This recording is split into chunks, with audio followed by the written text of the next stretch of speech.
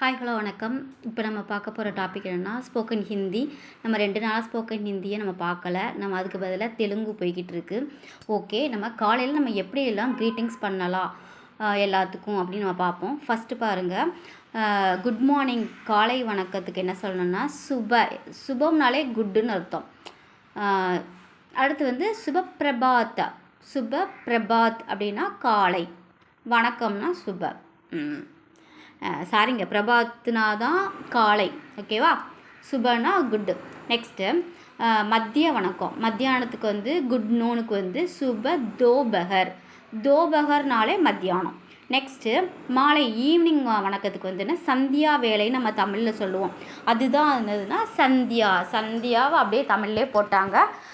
So சுப சந்தியா அப்படின்னா என்னது?